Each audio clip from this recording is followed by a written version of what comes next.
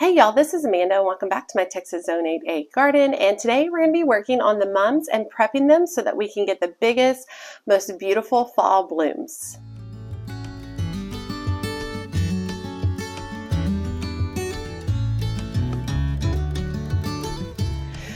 Okay, so I've been posting about mums for a couple of years now, also known as chrysanthemums, and they're a really big staple in my garden. I have done everything from utilizing, your typical fall mums that you find at your local garden center. I use those on, my fall decor and on my porch and stuff, but I also like to incorporate them in my actual garden as a perennial.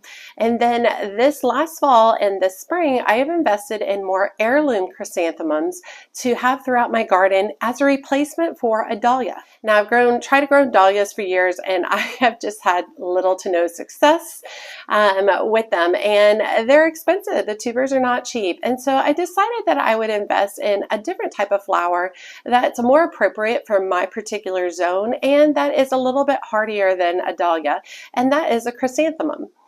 And so I purchased several different varieties of heirloom chrysanthemums from Bluestone Perennials and King's Mums. So I purchased actual plants from Bluestone Perennials, and then I purchased rooted cuttings from King's Mums.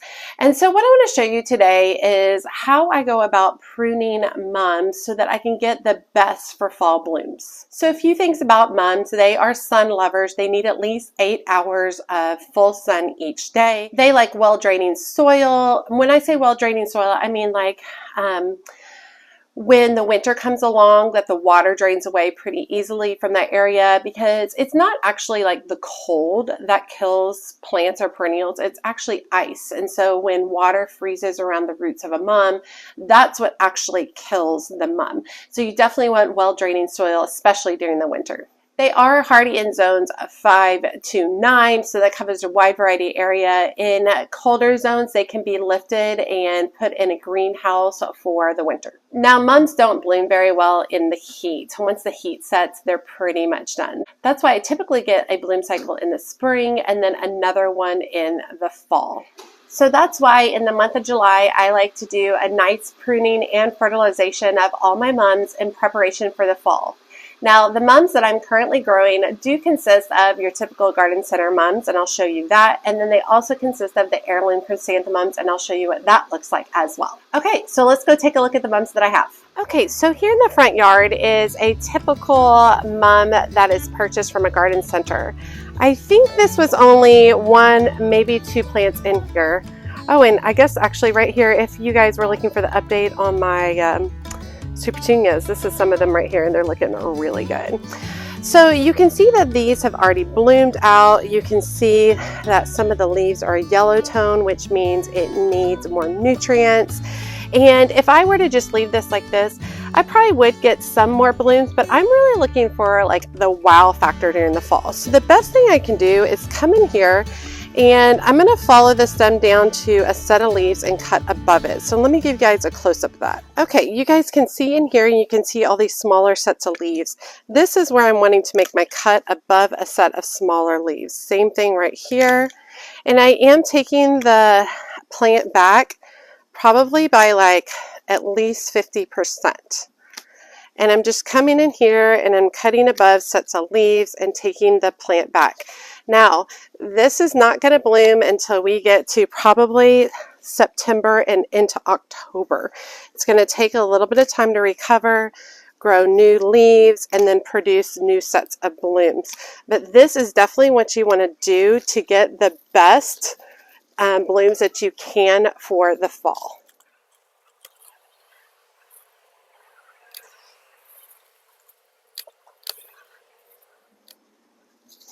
Now, when you have dead stems like this, just go ahead and take those all the way to the ground.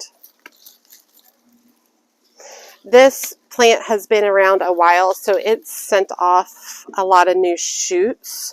I actually think this is 2 plants, one here and one back here. And it has started spreading itself around, which I'm totally cool with.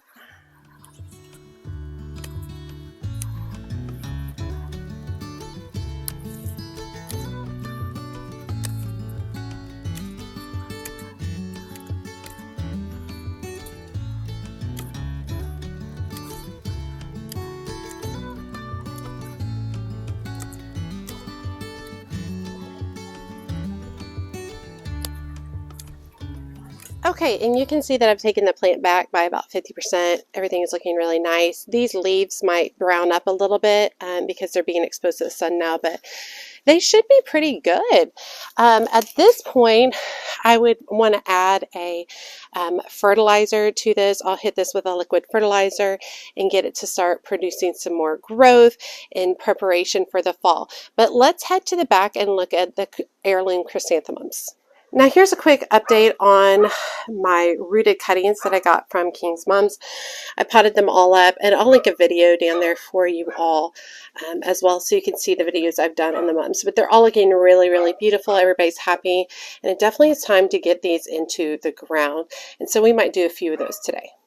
Now over here is my heirloom chrysanthemum bed, and if you recall, these are all the ones from Bluestone Perennials. I ordered them in the fall and received them this spring, and they are all looking really, really good. They've all grown beautifully. The few of them bloomed, and a few of them are trying to bloom right now, but I don't want them to bloom right now. I want them to hold off until the fall to bloom. Now, these are first-year plants, and so getting multiple bloom cycles out of them isn't a real thing, which is why I don't really want them to bloom right now. I did have a few blooms down here from the French vanilla. Look how beautiful these are. Lacy and gorgeous. And then I think this one over here is Ticonderoga. Yeah, Ticonderoga, and it's trying to bloom too, and it's supposed to be kind of a orangey color, but it looks straight up yellow. So, but this is an example of why also we want to trim these back. You can see this one particular plant has just created one large stem.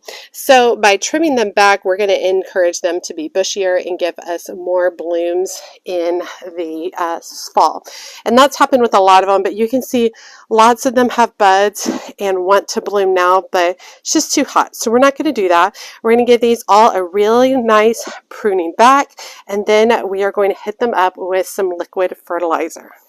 So I'm basically using the same method that I did earlier, and I'm just coming back and I'm cutting above a set of 2 leaves to encourage a bushier growth on this. This particular plant's doing really well. This one is called Grape Queen. I'll put a picture of what that's going to look like bloom-wise.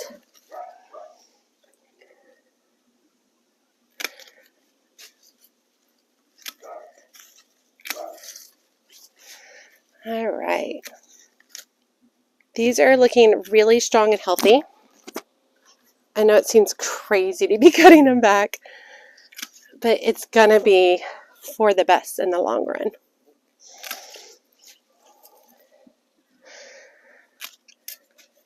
And I am going to cut these blooms off as well. And any bloom heads I see, I'm going to cut too.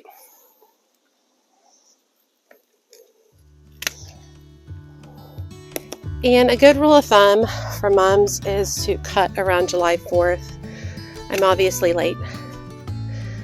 Oh, looks like we got a bunch of aphids down here too. So we'll treat some of those.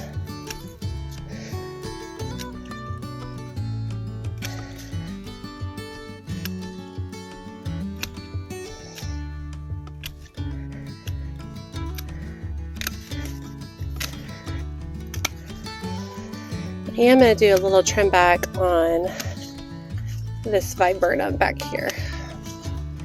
This might hinder some of my spring blooms for the viburnum, but that's fine. Just want to make sure that I'm giving the mums all the space that they need. My goal with the viburnum is to train it in like a tree-like shape. So I have to let it grow a couple of years, and then I'll start trimming the lower branches to create a neat shape with it. Okay, looks good. Okay, my camera overheated. Part of that got cut off, but so I'm using the Proven Winners Premium Water Soluble Plant Food for flowering plants, and it's 2 scoops, 1 scoop per gallon,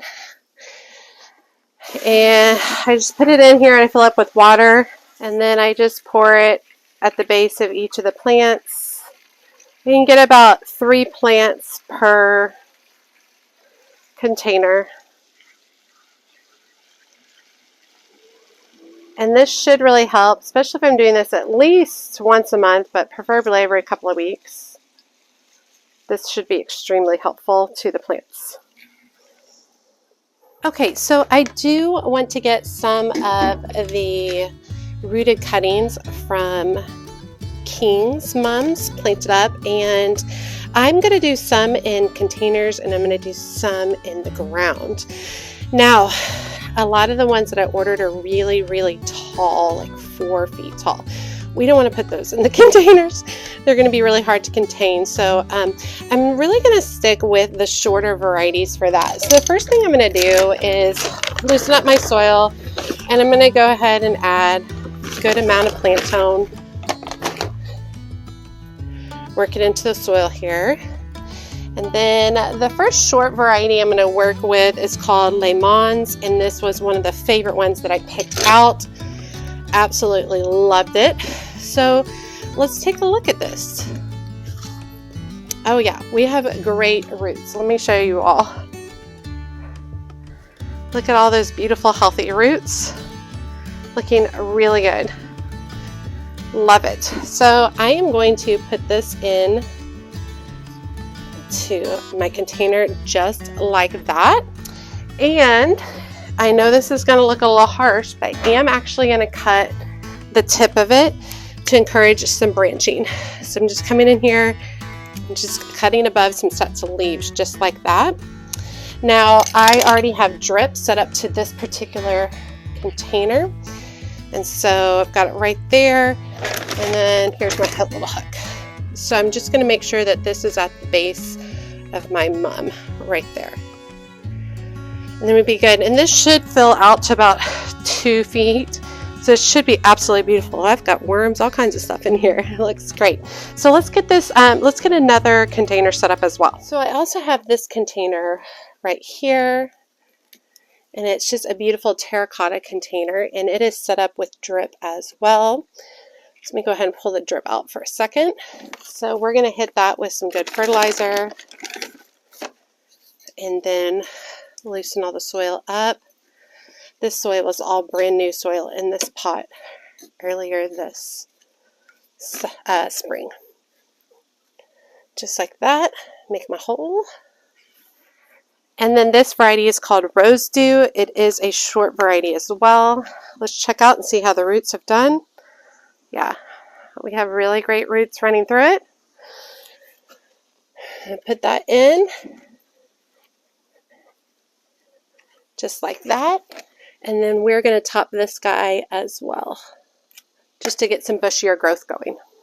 And then I will go ahead and set my drip back up to it.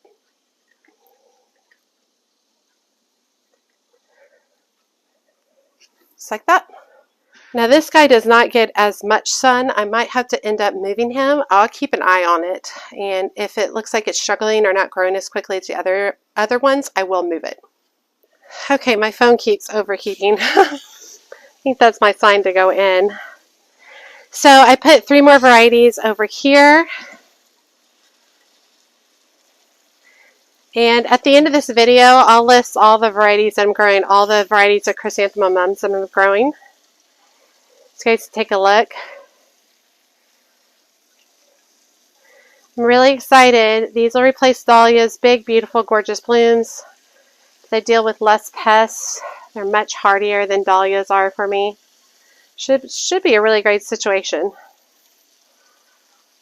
I put 3 new ones in the front of here. So in this bed I have 1, 2, 3, 4, 5, 6, 7, 8, 9, 10, 11, 12, 13 in this bed. And then I did an additional 4 in this bed.